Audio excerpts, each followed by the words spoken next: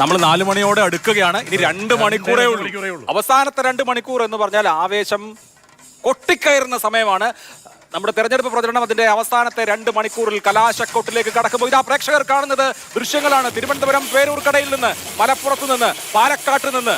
കാരണം നിരത്തുകൾ പൂരാവേശ ലഹരിയിലേക്ക്, പൂരത്തെ ജനാധിപത്യത്തിന്റെ മഹോത്സവം അങ്ങനെ നിരത്തുകളിൽ അങ്ങനെ ആറാടുകയാണ്. വർണ്ണ വിസ്മയങ്ങൾ വിതറിക്കൊണ്ട് മുദ്രാവാക്യം വിളിച്ചുകൊണ്ട് വിവിധ രാഷ്ട്രീയ പാർട്ടികൾ ഓരോ മണ്ഡലത്തിന്റെയും പ്രധാനപ്പെട്ട വീതികളിലേക്ക് എത്തുകയാണ്. റോഡ് ഷോയുമായും അങ്ങനെ എല്ലാ രാഷ്ട്രീയ പാർട്ടികളും, പ്രധാനപ്പെട്ട 3 രാഷ്ട്രീയ പാർട്ടികൾ അവരുടെ ഊർജത്തിനനുസരിച്ച് കൊടിയുമേന്തി പ്രചരണ വാഹനങ്ങളിലൂടെ സ്ഥാനാർത്ഥികളും ഓരോ സ്ഥലങ്ങളിലായി ഇപ്പോൾ വന്നുകൊണ്ടേയിരിക്കും. പാലക്കാട് നിന്നും തിരുവനന്തപുരത്ത് നിന്നും മലപ്പുറത്ത് നിന്നും ഒക്കെയുള്ള ദൃശ്യങ്ങളാണ് പ്രിയപ്പെട്ട പ്രേക്ഷകർ കണ്ടുകൊണ്ടിരിക്കുന്നത്.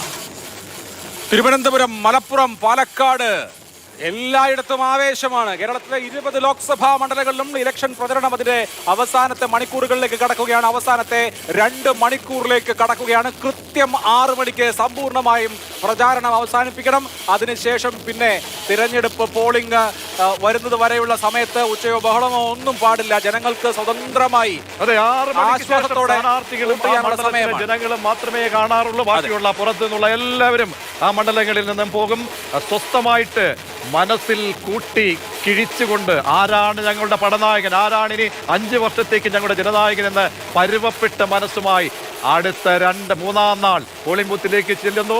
ആ മെഷീൻ അമർത്തുന്നു. അതെ, മറ്റന്നാൾ വിധിയെഴുത്ത് നടക്കുമ്പോൾ ഇന്നിതാ പ്രചാരണം പൊട്ടിക്കയറുകയാണ്. വളരെ ആവേശപൂർവ്വമാണ്. എല്ലാ സ്ഥാനാർത്ഥികളും ഇന്ന് കളം നിറഞ്ഞ ഉണ്ടാകും. ഇതുവരെ കഴിഞ്ഞ 40 ദിവസം പ്രചാരണം നയിച്ച പ്രവർത്തകർക്ക് നന്ദിയുമായി അവരോടൊപ്പം അവരുടെ ആവേശത്തിൽ പങ്കുചേർന്ന സ്ഥാനാർത്ഥിമാരും ഉണ്ടാകും. മധു നേരത്തെ കാണാൻ ആഗ്രഹിച്ച മലപ്പുറത്തെ ആ ദൃശ്യങ്ങൾ വന്നുപോയത് ആദ്യം BJP ആയിരുന്നു. പക്ഷേ ഇപ്പോൾ ഇങ്ങനെ ആ ദൃശ്യങ്ങൾ ആവേശത്തിന്റെ പരകോടിയിലേക്ക് എത്തിക്കൊണ്ടിരിക്കുന്നു. ആബാലവൃദ്ധം ജനങ്ങളും എന്ന് പറയാറില്ലേ? നോക്കൂ, അദ്ദേഹത്തിന്റെ പ്രായവും അടുത്ത് നിൽക്കുന്ന കുട്ടിയുടെ പ്രായവും അങ്ങനെ എല്ലാ പ്രായക്കാർക്കും ഉള്ള എല്ലാ പ്രായക്കാരിലേക്കും തെരഞ്ഞെടുപ്പ് ആവേശം എത്തുന്നു എന്നുള്ളതാണ്. അപ്പൊ ഈ സ്ഥാനാർത്ഥികളുടെ കാര്യം പറയുകയാണെങ്കിൽ സ്ഥാനാർത്ഥികളെ അവർക്ക് ഏറ്റവും അവസാനം വോട്ടെണ്ണി കഴിയുന്ന ജൂൺ 4 വരെയാണ് അവരുടെ കാത്തിരിപ്പ്. ഘട്ടം ഘട്ടമായിട്ട് അവരുടെ കാത്തിരിപ്പുകൾ കഴിയുകയാണ്. ഈ വോട്ടെടുപ്പ് നടക്കുന്ന ദിവസം മറ്റന്നാൾ. അതിനു മുൻപ് ഈ ഇത്രയും ദിവസത്തെ ഈ അലച്ചിലും പ്രചരണവും എല്ലാം കഴിയുമ്പോൾ ഇതൊന്ന് അവസാന കൊട്ടിക്കലാശത്തിൽ ഇന്ന് അവരെ സംബന്ധിച്ചിടത്തോളം ആശ്വാസത്തിന്റെ ദിവസമാണ്. നാളെ ഒരു ദിവസം കുറച്ചൊക്കെ വിശ്രമിക്കാൻ പറ്റും. എന്നാലും ഈ വെയിൽ കൊള്ളുക, യാത്ര ചെയ്യുക എന്ന് പറയുന്നത് കുറച്ച് നാളെയാണ് ടെൻഷനുള്ള ദിവസം. കാരണം അടിയൊഴുക്കുകൾ ഉണ്ടാകാതെ നോക്കണം, പണം വിതരണം തുടങ്ങി മറ്റേതെങ്കിലും തരത്തിലുള്ള സ്വാധീനം ഇത് ചെക്ക് ചെയ്യണം, എന്തെങ്കിലും അട്ടിമറിയുണ്ടോ നോക്കണം, പഴുതൊക്കെ അടഞ്ഞിരിക്കുകയാണോ അതോ അല്പം തുറന്നിട്ടുണ്ടോ നോക്കണം. നാളത്തെ ദിവസം ശരിക്കും പറഞ്ഞാൽ ടെൻഷൻ പിടിച്ചൊരു ദിവസമാണ്. പക്ഷെ വെയിൽ ഇതുപോലെ കൊള്ളണ്ട. അതെ, 120 മിനിറ്റുകൾ, ഈ 120 മിനിറ്റുകൾ പിന്നിടുമ്പോൾ ഒരു സ്ഥാനാർത്ഥി അയാളുടെ ദശാപരിണാമത്തിൽ ബാല്യവും കൗമാരവും യൗവനവും വാർദ്ധക്യവും പിന്നിട്ട് തെരഞ്ഞെടുപ്പിലേക്ക് കടന്നെത്തുന്നു. പിന്നെ ജൂൺ 4 ദിവസം ആ പകൽ അറിയാനുള്ളത് ആര് എന്ന് മാത്രമാണ്. സ്പന്ദനങ്ങൾ ഇടുക്കിയിൽ നിന്നും പ്രധാനപ്പെട്ട ദൃശ്യങ്ങൾ, കൊട്ടിക്കലാശത്തിന്റെ ദൃശ്യങ്ങൾ. ഇടതുപക്ഷ പ്രവർത്തകർക്ക് ഇടുക്കിയിലടക്കം സ്വന്തം ചിഹ്നത്തിലാണ് മത്സരിക്കുന്നത്. ആവേശം കൂടുതലുണ്ട്. അതെ അതെ, CPM ചിഹ്നത്തിൽ പാർലമെന്റിൽ തെരഞ്ഞെടുപ്പിൽ സ്ഥാനാർത്ഥി മത്സരിക്കുന്നു എന്നുള്ള പ്രത്യേകത ഇടുക്കിക്കാർക്കുണ്ട്. അതിന്റെ ആവേശം ഒരുപക്ഷെ CPM-കാരിൽ കൂടുതൽ അപ്പോൾ അരിവാൾ ചുറ്റിക നക്ഷത്രം ഉയർത്തിക്കൊണ്ട് അവർക്ക് ആവേശത്തിൽ പങ്കെടുക്കാൻ മറ്റ് ചിഹ്നങ്ങൾക്കൊന്നും പ്രസക്തിയില്ല.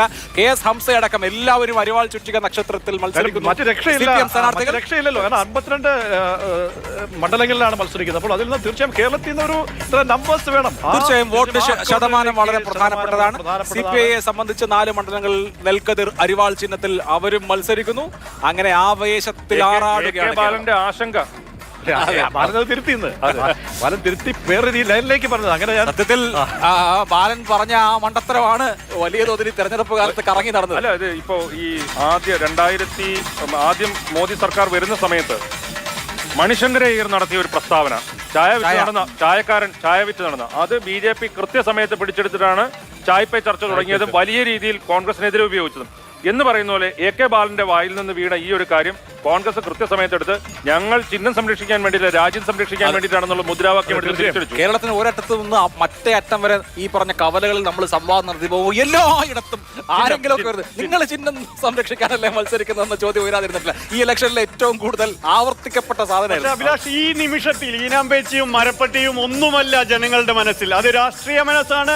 രാഷ്ട്രീയമായി ആർക്കൊപ്പം നിൽക്കണം അത് നിശ്ചയിക്കപ്പെട്ട മനസ്സുമായി ഏറെക്കുറെ പോളിംഗ് ബൂത്തിലേക്ക് മാർച്ച് ചെയ്യാൻ ഒരുങ്ങുന്ന ഒരു സമൂഹത്തിൽ ആരെങ്കിലും വോട്ട് ഇനിയും നിശ്ചയിക്കാത്ത മനസ്സുണ്ടെങ്കിൽ അവരെ കൂടി ഒപ്പം ചേർക്കാൻ ഒരു അനുഷ്ഠാന രീതികളുടെ അനുഷ്ഠാന കലാരൂപങ്ങളൊക്കെ തെരുവിലേക്ക്